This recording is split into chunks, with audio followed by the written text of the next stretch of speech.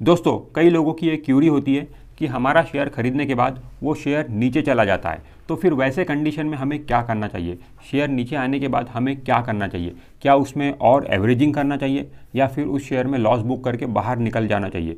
इसी सवाल का जवाब आपको इस वीडियो में मिलने वाला है। दोस्तों, आपने कोई भी शेयर लिया और अमूमन ऐसा ही होता है कि बहुत सारे लोगों की ये कंप्लेंट होती ही है कि हम जब शेयर खरीदते हैं तो हमारे खरीदने के बाद ही वो शेयर नीचे आता है। ठीक है, बहुत कम बार ऐसा होता है कि हमने शेयर खरीदा और वो बढ़ना चालू हो गया। ठीक है, मैक्सिमम टाइम ऐसा ही आपको दिखेगा कि शेयर आप खरीदोगे और शेयर नीचे आ जाता है। ठीक है, तो लोगों के मन में फिर ये सवाल आता है कि हमने खरीदा, वहाँ से नीचे आया, अब हम उसमें क्या करना चाहिए, एवरेजिंग करें या फिर लॉस बुक करके बाहर निकल जाए। ये बहुत दुविधा होती है लोगों के मन में। ठीक है, बहुत सारे लोग अक्सर ये क्वेश्चन मुझसे पूछते रहते हैं। ठीक है, तो इसी सवाल का जवाब आपको इस वीडियो में मैं देने जा रहा हूँ। तो दोस्तों, ये इस बात पर डिपेंड करता है कि आपने वो जो पर्टिकुलर शेयर लिया है वो कितने ड्यूरेशन के लिए लिया है।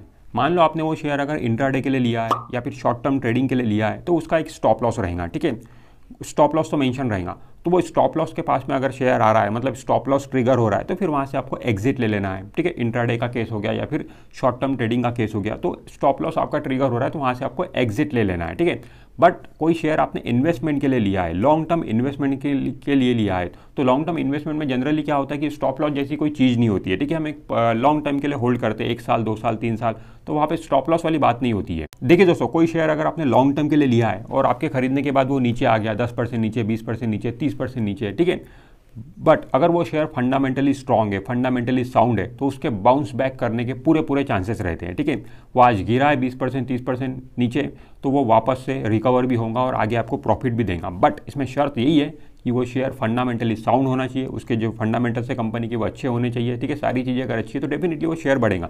कभी कभी क्या होता है कि मार्केट कंडीशन खराब होने के कारण शेयर गिर जाता है। शेयर में कोई प्रॉब्लम नहीं होती, कंपनी में कोई प्रॉब्लम नहीं होती, मार्केट कंडीशन खराब होने के कारण शेयर गिर जाता है। या फिर कभी कभी कंपनी के भी कुछ क्वार्टरली रिजल्ट या फिर कुछ इस तरीके की जो न्यूज़ होती है उससे भी शेयर गिर जाता है। बट वो शेयर में अगर दम है, शेयर फंडामेंटली साउंड है, तो वो जरूर बाउंस बैक करेगा। उस केस में आपको चिंता करने की जरूरत नहीं है। बट दोस्तों, वो शेयर अगर वीक है, ठीक है, वो शेयर अगर कमजोर है, उसके फंडामेंटल्स अगर कमजोर है, तो फिर उसके बाउंस बैक करने के चांसेस बहुत कम रह जाते हैं और जनरली वो बाउंस बैक करता भी नहीं है। ठीक है, ऐसे कई लोग रहते हैं जो शेयर ले लेते हैं, उनका वीक शेयर रहता है। ठीक है, उन्हें पता ही नहीं होता उनका शेयर वीक है, वो होल्ड करते जाते 1 साल हो गया, 2 साल हो गया, 3 साल हो गया, 4 साल हो गया, वो बेचते ही नहीं है। वो ये सोचते हैं कि इतना मैं लॉस कैसे बुक करूँ, तो उस लॉस न बुक करने के कारण वो 3-4 साल होल्ड करके रखते हैं, आपकी जो कैपिटल है वहाँ पे फंसा के रखते हैं। ठीक है, तो ऐसा हमें नहीं करना चाहिए। अगर वो कमज़ोर शेयर है, अगर वो वीक शेयर है, तो फिर एग्जिट हमें वहाँ से ले लेना चाहिए। ठीक है, अगर हमें वही शेयर से उम्मीद लगा के रखना चाहिए जो शेयर स्ट्रांग है, फंडामेंटल साउंड है। ठीक है, वही शेयर हमें प्रॉफिट दे सकता है। जो वीक है, ठीक है, जो कमज़ोर है, वो हमें कहाँ से प्रॉफिट देगा। तो वीक है अगर शेयर, तो आपको एग्जिट ले लेना है, बट अगर शेयर फंडामेंटली साउंड है तो फिर आपको बने रहना है। दोस्तों, जब भी कोई शेयर गिरे नीचे, ठीक है, आपके खरीदने के बाद 20% 30% नीचे गिरे, तो सबसे पहले तो आपको उसका रीजन फाइंड आउट करना है। क्यों गिरा, किस रीजन से गिरा, कोई ना कोई तो कारण होगा शेयर के गिरने का। ठीक है, तो सबसे पहले आपको रीजन फाइंड आउट करना है। और मेनली कोई भी शेयर अगर गिर रहा है, हम कंपनी के लिहाज से बात कर रहे हैं, मैं मार्केट कंडीशन के लिहाज से बात नहीं कर रहा हूँ। अगर मार्केट कंडीशन खराब है तो फिर तो कोई भी शेयर आपके पास में होगा तो वो गिरेगा। ठीक है, वो जाने दीजिए, बट कंपनी के लिहाज से मैं बात कर रहा हूँ। तो कोई भी कंपनी का शेयर अगर गिर रहा है तो उसके दो मेनली रीजन, मतलब 2 कैटेगरी के रीजन हो सकते हैं। एक तो उस कंपनी में परमानेंट प्रॉब्लम हो सकता है और दूसरा टेम्पररी प्रॉब्लम हो सकता है। ठीक है, सबसे पहले हम समझते हैं टेम्पररी प्रॉब्लम। अगर उस पर्टिकुलर कंपनी में टेम्पररी प्रॉब्लम है तो आपको ज़्यादा घबराने की जरूरत नहीं है, आप बने रह सकते हो उस शेयर में। ठीक है, एग्जिट लेने की जरूरत नहीं है। तो टेम्पररी प्रॉब्लम के एग्जाम्पल कौन कौन से हैं, मान लो उस कंपनी का जो क्वार्टरली रिजल्ट है वो खराब आ गया, 1 क्वार्टर का रिजल्ट खराब आ गया, 2 क्वार्टर का रिजल्ट खराब आ गया, तो ये टेम्पररी प्रॉब्लम है। ठीक है, बड़ी बड़ी कंपनियों के क्वार्टरली रिजल्ट खराब आते हैं, तो इसमें कोई भी डरने और घबराने की बात नहीं है, आप बने रह सकते हो। ठीक है, बाद में क्वार्टरली रिजल्ट अच्छे भी हो जाते हैं। मार्केट कंडीशन खराब रही होंगी, उस वजह से क्वार्टरली रिजल्ट 1-2 क्वार्टर के रिजल्ट खराब आ सकते हैं, इसमें कोई भी बड़ी बात नहीं है, आपको एग्जिट लेने की जरूरत नहीं है। ठीक है, ये टेम्पररी प्रॉब्लम का पहला एग्जाम्पल मैंने आपको दिया।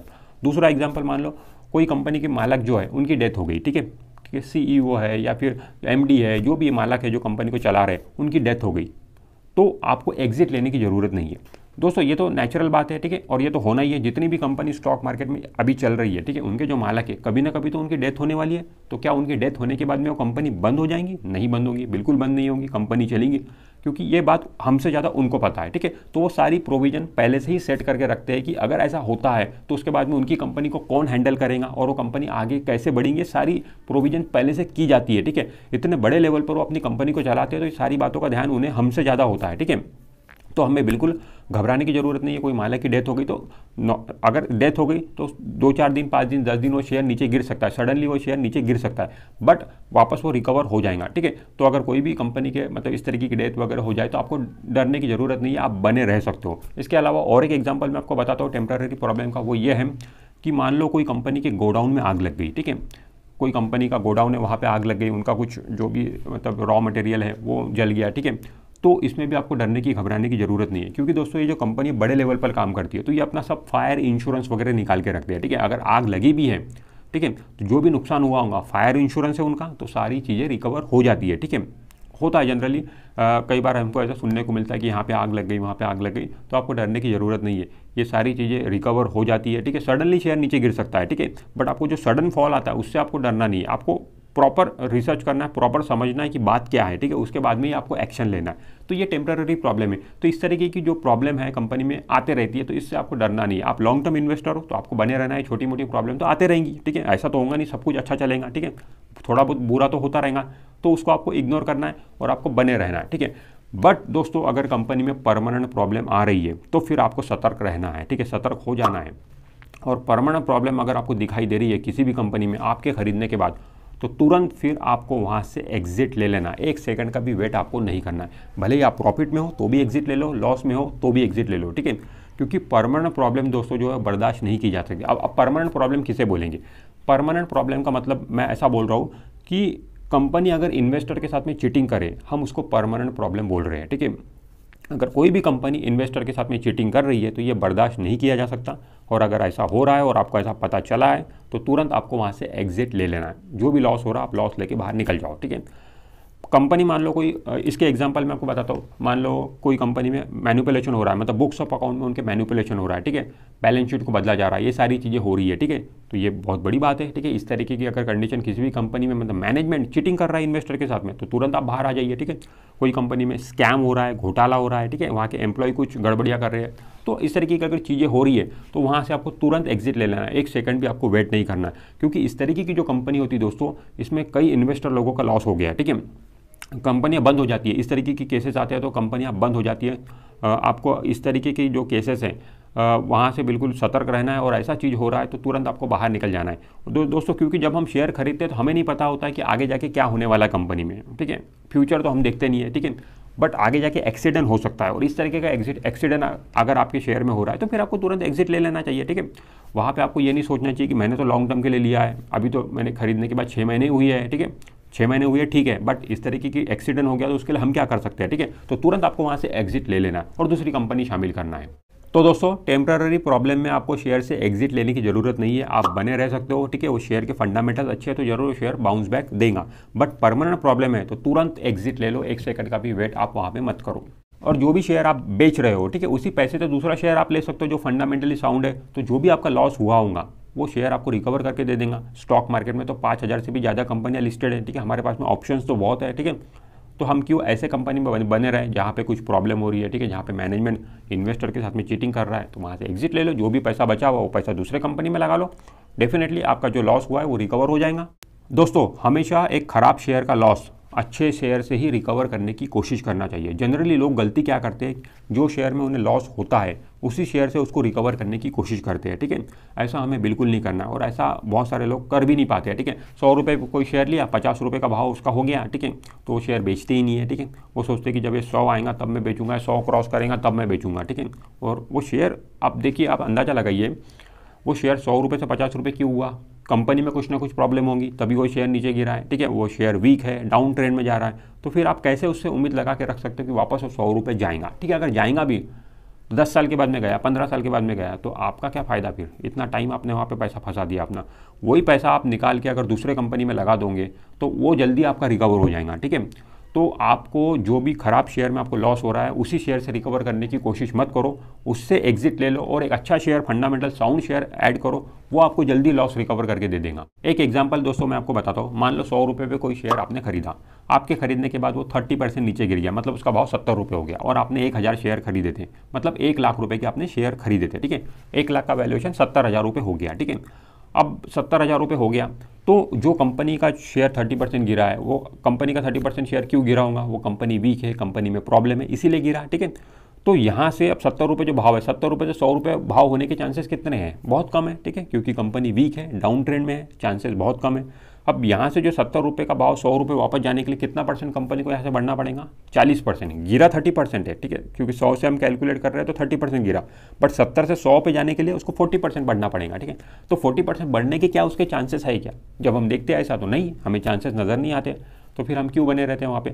हमें वो 70,000 रुपये जो है वो ले लेना चाहिए, उठा लेना चाहिए शेयर बेच के, और वो 70,000 रुपये को दूसरे शेयर में हमें डालना चाहिए, कोई अच्छे फंडामेंटल साउंड शेयर में डालना चाहिए, और वहाँ पे डालेंगे तो वो 40% जल्दी बढ़ जाएगा, ठीक है। ये नहीं बढ़ेगा बट वो 40% जल्दी बढ़ जाएगा। तो आपके 1 लाख रुपये, मतलब आपके जो 1 लाख रुपये आपने डाले थे वापस 1 लाख रुपये जल्दी बन जाएंगे दूसरे शेयर में आप डालोगे। बट हम गलती क्या करते हैं, हम खराब शेयर में बने रहते हैं। हमें खराब शेयर में बने नहीं रहना है, हमें अच्छे शेयर में बने रहना है, ठीक है। तो ऐसा आप कर सकते हो। अब कुछ लोग यहाँ पे बोलते हैं कि ऐसा करने से हमारी ब्रोकरेज बढ़ सकती है, ठीक है, मतलब हम यहाँ से एग्जिट लेंगे, दूसरा शेयर खरीदेंगे, ठीक है, तो इससे ब्रोकरेज बढ़ती है। तो दोस्तों ऐसा नहीं है, आज के तारीख में डिस्काउंट ब्रोकर काफ़ी अच्छा काम कर रहे हैं, ठीक है, उनकी सर्विस भी अच्छी है, और ब्रोकरेज वो बहुत कम लेते हैं, नाम मात्र ब्रोकरेज लेते हैं। और अगर मैं ज़ीरोधा की बात करूँ तो वो डिलीवरी में ब्रोकरेज आपसे लेता ही नहीं है, इंट्राडे में लेता है बट डिलीवरी में ब्रोकरेज लेता ही नहीं है। और ये जो ट्रेड रहेगा डिलीवरी वाला ट्रेड रहेगा, तो आपको ब्रोकरेज तो लगना ही नहीं है, थोड़े बहुत टैक्सेस आपको लगेंगे जो कि नाम मात्र टैक्सेस होते हैं, ठीक है। तो इस तरीके का चीज़ें आप कर सकते हो। और ज़ीरोधा में अगर आपका डीमैट अकाउंट नहीं है तो आप ज़ीरोधा में डीमैट अकाउंट भी ओपन कर सकते हो, डिस्क्रिप्शन में आपको लिंक मिल जाएगा, वहाँ से आप ज़ीरोधा में डीमैट अकाउंट भी ओपन कर सकते हो।